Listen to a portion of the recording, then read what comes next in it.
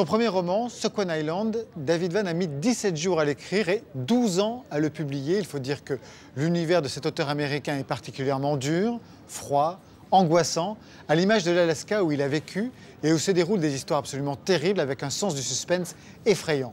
Mais si David Vann a rencontré son public, s'il est aujourd'hui traduit en 40 langues, c'est peut-être un peu grâce à la France qui lui décerne d'ailleurs le prix Médicis étranger 2010 et surtout grâce à tout un réseau de librairies indépendantes. C'est véritablement le bouche à oreille et les conseils des libraires qui ont construit la réputation de ce premier roman. Aujourd'hui, David Vann revient à la rencontre du public et de ses chers libraires avec un second roman absolument formidable, Désolation, déjà sélectionné pour plusieurs prix cette année. Denis Michelis était au Havre. Avant d'être un best-seller, Second Island, le premier roman de David Vann, a d'abord été un coup de foudre des lecteurs. C'est d'ailleurs grâce à l'un de ses clients que Marlène Brocaille, libraire au Havre, a découvert le livre. L'histoire d'un homme et de son fils partis vivre sur une île perdue en Alaska où le rêve de communion avec Mère Nature vire au cauchemar. Un huis clos terrifiant qui n'a pas empêché pour autant la jeune femme d'en faire l'un de ses coups de cœur. Bonjour, j'ai entendu que vous aviez beaucoup défendu le livre, merci beaucoup. Ça a été un vrai choc de voir à quel point les libraires se sont impliqués pour Second Island.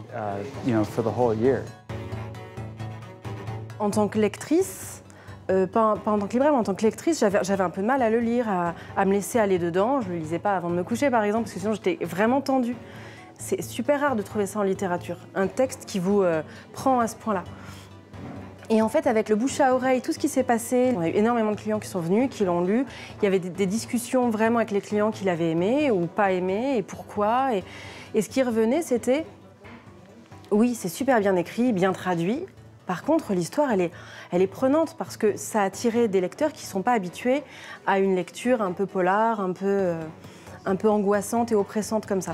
David Vann sait qu'il doit beaucoup aux très nombreux libraires indépendants, une exception culturelle française. C'est grâce à eux que le livre sorti en janvier 2010, loin de toute agitation médiatique, s'est d'abord vendu à 80 000 exemplaires avant de décrocher le Médicis et d'atteindre les 140 000 en France. Je pense que la France est le meilleur pays au monde pour faire vivre un roman, principalement parce que vous avez tellement de libraires indépendants, des libraires qui connaissent leur métier, qui le font avec passion et qui ont un avis éclairé sur la littérature.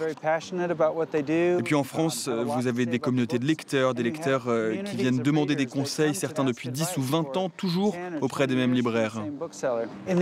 Aux États-Unis, toutes les critiques disent la même chose. Le livre est bien écrit, c'est un bon livre, mais ne l'achetez pas, c'est ça qu'ils sous-entendent. Ne l'achetez pas parce que c'est tragique ou déprimant. C'est pour ça que je me sens bien en Europe, où le ressenti est totalement différent, et surtout en France, où les lecteurs sont un peu plus courageux qu'aux États-Unis.